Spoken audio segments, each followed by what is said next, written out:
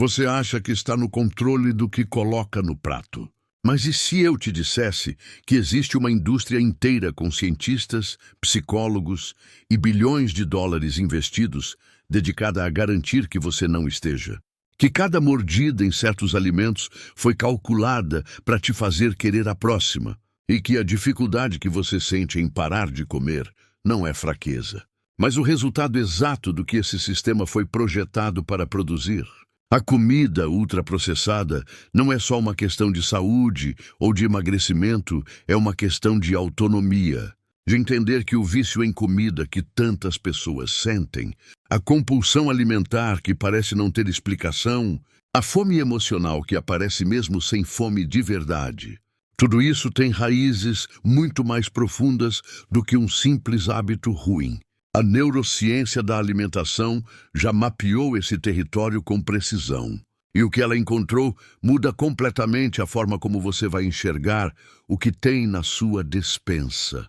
Nesse vídeo, você vai entender o que os ultraprocessados fazem com o seu cérebro, porque a alimentação industrializada foi criada para ser impossível de resistir, e o que acontece quando você decide, com consciência, mudar esse padrão. Fica até o final, porque entender isso não é só sobre comida. É sobre recuperar o controle de algo que sempre deveria ter sido seu. Você acha que está escolhendo o que come, mas e se a comida estivesse escolhendo você? Pensa numa cena bem comum: alguém abre um pacote de biscoito com a intenção de comer só um. E quando percebe, o pacote está vazio, e a sensação que sobra não é de satisfação, é de culpa. Isso não é falta de caráter. Isso é o resultado de uma equação muito bem calculada. E você é a variável que a indústria alimentícia já conhece de cor. A relação entre o cérebro e a alimentação é muito mais complexa do que comi, porque quis ou não resisti, porque sou fraco. A neurociência da alimentação mostra que certos alimentos foram desenvolvidos para acionar mecanismos cerebrais profundos, primitivos, praticamente impossíveis de ignorar com força de vontade pura. E entender como esse processo funciona não é só curiosidade científica, é a diferença entre continuar lutando contra si mesmo e, finalmente, entender com o que você está lidando de verdade. Existe uma diferença enorme entre comida de verdade e alimentação industrializada, e ela vai muito além do que está escrito no rótulo. Um alimento natural passa por pouquíssimas etapas entre a origem e o seu prato: uma fruta, um ovo, um pedaço de carne. E comida ultraprocessada percorre um caminho completamente diferente. Nasce num laboratório, passa por dezenas de processos químicos, recebe corantes, conservantes, aromatizantes artificiais e chega até você com uma embalagem colorida e uma promessa de prazer imediato. Os ultraprocessados não foram criados para nutrir, foram criados para durar nas prateleiras e para criar uma relação de dependência com quem os consome. Salgadinhos, biscoitos recheados, refrigerantes, macarrão instantâneo, embutidos industriais, todos eles fazem parte do cotidiano de grande parte das pessoas sem levantar suspeita. E é exatamente essa naturalidade que os torna tão perigosos. A comida ultraprocessada se infiltrou nos hábitos alimentares de forma tão gradual que hoje parece normal, quase inevitável. Mas o que essa comida faz lá dentro é tudo menos normal. Nos anos 1970, cientistas contratados pela indústria alimentícia descobriram algo que mudaria a história da comida para sempre. Existe um ponto exato de combinação entre açúcar, gordura e sal que maximiza o prazer e praticamente elimina a saciedade. Esse ponto ficou conhecido como Bliss Point, o ponto de felicidade, e desde então ele virou o segredo mais bem guardado e mais amplamente usado da alimentação industrializada. Não é coincidência que um salgadinho seja difícil de parar de comer. É engenharia. A hiperpalatabilidade, termo técnico para descrever alimentos projetados para serem irresistíveis, é o resultado dessa equação. O açúcar no cérebro dispara sinais de recompensa, A gordura prolonga o prazer e o sal potencializa tudo isso numa combinação que nenhum alimento natural consegue replicar na mesma intensidade. O estímulo é tão exagerado que o sistema de recompensa cerebral simplesmente não tem como se defender. E quando você entende que esse efeito não é acidental, a pergunta deixa de ser "por que não consigo parar?" e passa a ser "como eu fui preparado para isso sem saber?" O cérebro humano foi programado ao longo de milênios para buscar prazer e evitar dor, e a dopamina é o principal mensageiro químico desse processo. Toda vez que você come algo que o cérebro interpreta como recompensa, uma dose de dopamina é liberada, criando aquela sensação momentânea de bem-estar e satisfação. O problema é que esse sistema foi desenvolvido para um mundo onde comida era escassa e encontrar algo calórico era motivo de celebração, não para um mundo onde a comida viciante está disponível a qualquer hora, em qualquer esquina por R$ 2. A dopamina comida funciona de forma muito parecida com o que acontece quando você recebe uma notificação no celular, curte uma foto nas redes sociais ou abre um vídeo que apareceu no seu feed. É o mesmo mecanismo de recompensa rápida sendo acionado repetidamente. E quanto mais vezes ele é acionado, mais o cérebro aprende a buscar aquele estímulo. A comida ultraprocessada entendeu essa lógica antes de qualquer aplicativo e a explorou com uma precisão assustadora. E quando o cérebro começa a tratar a comida como recompensa emocional, algo muito sério começa a acontecer com a sua relação com a alimentação. Você já deve ter percebido que certos alimentos criam uma fome estranha, aquela sensação de querer mais mesmo depois de ter comido o suficiente. Isso não é gula, é saciedade artificial. Os ultraprocessados entregam calorias em abundância, mas não enviam ao cérebro os sinais corretos de que o corpo já tem o que precisa. É como encher um tanque. Com o combustível errado, o marcador sobe, mas o motor não reconhece. E sem o sinal de já chega, o cérebro continua pedindo. A fome emocional entra nessa equação como um agravante silencioso. Quando o cérebro aprende que a comida industrializada resolve mesmo que por alguns minutos o desconforto da ansiedade, do tédio ou do estresse, ele começa a acionar esse caminho de forma automática. A compulsão alimentar não nasce do nada, ela é construída repetição por repetição, recompensa por recompensa, até virar um padrão que parece impossível de quebrar. E o que esse padrão faz com a estrutura do próprio cérebro ao longo do tempo é ainda mais revelador.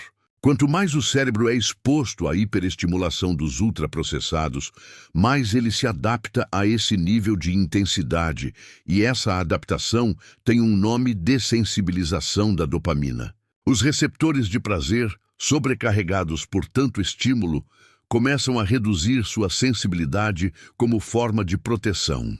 O resultado é que as mesmas quantidades de comida viciante já não entregam o mesmo prazer de antes, e o cérebro viciado passa a precisar de doses cada vez maiores para sentir o mesmo efeito. É nesse ponto que os alimentos naturais começam a parecer sem graça, sem sabor, quase sem sentido.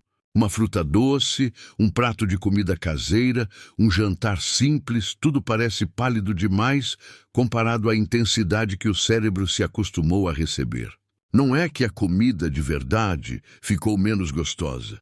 É que o seu sistema de recompensa foi recalibrado para um nível que ela não consegue alcançar. E esse desequilíbrio interno tem consequências muito concretas para o seu corpo no dia a dia. O corpo foi projetado para funcionar com combustível de qualidade, e quando o que chega é uma sequência de alimentos industrializados, cheios de açúcar refinado e gordura processada, o impacto aparece de formas que nem sempre a gente associa à alimentação. A energia instável é uma das primeiras consequências. Você come, sente um pico de disposição que dura pouco, e em seguida vem aquela queda que parece cansaço sem explicação. É o ciclo glicêmico dos ultraprocessados agindo diretamente no seu nível de energia ao longo do dia. Com o tempo, esse padrão vai se tornando mais pesado. O cansaço crônico, a dificuldade para emagrecer mesmo fazendo esforço, a ansiedade que não passa, a fome constante que aparece pouco tempo depois de ter comido tudo isso tem conexão direta com o que a comida ultraprocessada faz com o metabolismo e com os hormônios do corpo. Não é má sorte, não é genética ruim. É uma resposta biológica previsível a um ambiente alimentar que não foi feito para a sua saúde. E o pior é que esse ambiente cria um ciclo que se retroalimenta de um jeito quase invisível. O ciclo começa de um jeito tão silencioso que a maioria das pessoas nem percebe quando entrou nele. O estresse do dia acumula. A ansiedade e comida se encontram no momento de menor resistência e o ultraprocessado aparece como a solução mais rápida e acessível. O prazer vem imediato, dura pouco, e logo atrás chega a culpa, aquela sensação familiar de por que eu fiz isso de novo. E é exatamente a culpa que alimenta o próximo episódio de estresse, fechando o ciclo antes mesmo que você perceba que ele começou. O que torna esse padrão tão difícil de interromper é que ele deixa de ser uma escolha e vira um comportamento automático. O cérebro aprende o atalho desconforto emocional, vai direto para a comida industrializada e começa a percorrê-lo sem consultar a parte racional da sua cabeça. Você não decide comer, o cérebro já decidiu antes de você. Entender que esse automatismo não é fraqueza, mas sim o resultado de um sistema cuidadosamente construído, é o que separa quem fica preso no ciclo de quem finalmente consegue enxergá-lo de fora. Quando você começa a reduzir os ultraprocessados da sua rotina, o cérebro passa por um processo de recalibração que a maioria das pessoas não espera e que, por isso, acaba desistindo cedo demais. Os primeiros dias podem ser desconfortáveis. O cérebro viciado sente a ausência do estímulo intenso e reage com irritação, ansiedade leve, vontade intensa de voltar ao padrão anterior. Mas esse desconforto é temporário e é exatamente o sinal de que algo está mudando lá dentro. É o sistema de recompensa começando a se reorganizar. Com o tempo, a melhora da fome é uma das primeiras mudanças perceptíveis. Você começa a sentir fome de verdade nos momentos certos, e a saciedade volta a ser um sinal confiável. A energia mais estável ao longo do dia deixa de ser exceção e vira regra. A recuperação da saciedade natural permite que porções menores satisfaçam de verdade, sem aquela sensação de que faltou alguma coisa. E o mais importante, a comida natural começa a ter gosto de novo. O emagrecimento, quando acontece nesse contexto, não é uma batalha, é uma consequência. Mas antes de fechar esse assunto, tem uma verdade que precisa ser dita. Talvez você nunca tenha sido fraco. Talvez todas aquelas vezes em que você se culpou por não ter resistido, por ter escorregado de novo, por não ter conseguido manter a dieta, talvez nenhuma delas tenha sido realmente sobre falta de disciplina. Porque disciplina é uma ferramenta poderosa, mas ela não foi feita para enfrentar sozinha décadas de engenharia alimentar. Bilhões investidos em pesquisa de comportamento humano e um sistema inteiro desenhado para te fazer voltar sempre. Isso não é uma batalha justa e nunca foi. Talvez você só estivesse cercado por alimentos criados para serem impossíveis de ignorar. Alimentos industrializados desenvolvidos não para te nutrir, mas para te manter consumindo. E agora que você entende o mecanismo, a culpa pode finalmente dar lugar à consciência. Não é sobre ser perfeito ou nunca mais comer nada industrializado, é sobre entender o jogo que estava sendo jogado com você sem o seu consentimento. Porque quem conhece as regras tem muito mais chance de mudar o resultado. Se você chegou até aqui, algo nesse conteúdo ressoou de verdade, talvez uma memória de um pacote que acabou sem você perceber. Talvez aquela culpa antiga que agora começa a fazer mais sentido. Talvez a sensação de que finalmente alguém explicou o que estava acontecendo sem te chamar de fraco. E é exatamente aí que tudo muda quando a informação substitui a culpa. e a consciência ocupa o lugar da confusão. Então, deixa eu te fazer algumas perguntas para você levar daqui. Quantas vezes você interpretou como falha pessoal algo que era, na verdade, uma resposta biológica a um sistema projetado para te viciar? Quantos dias você passou lutando contra a compulsão alimentar sem saber que estava enfrentando décadas de engenharia alimentar com as mãos vazias? E agora que você entende o que os ultraprocessados fazem com o seu cérebro e com o seu corpo, qual vai ser o seu próximo passo? Não precisa ser perfeito. Precisa ser consciente. A mudança começa no momento em que você para de se ver como o problema e passa a enxergar o problema com clareza. Cada escolha mais natural, cada refeição mais real, cada vez que você reconhece o ciclo antes de entrar nele, tudo isso é uma recalibração. Pequena, consistente e poderosa. Se esse vídeo abriu algo em você, compartilha com alguém que também merece ter essa informação, porque tem muita gente por aí se culpando quando deveria estar se entendendo. E se você quer continuar explorando como o seu cérebro, a sua alimentação e a sua saúde se conectam, se inscreve no canal e ativa o sininho. Tem muito mais conteúdo como esse a caminho.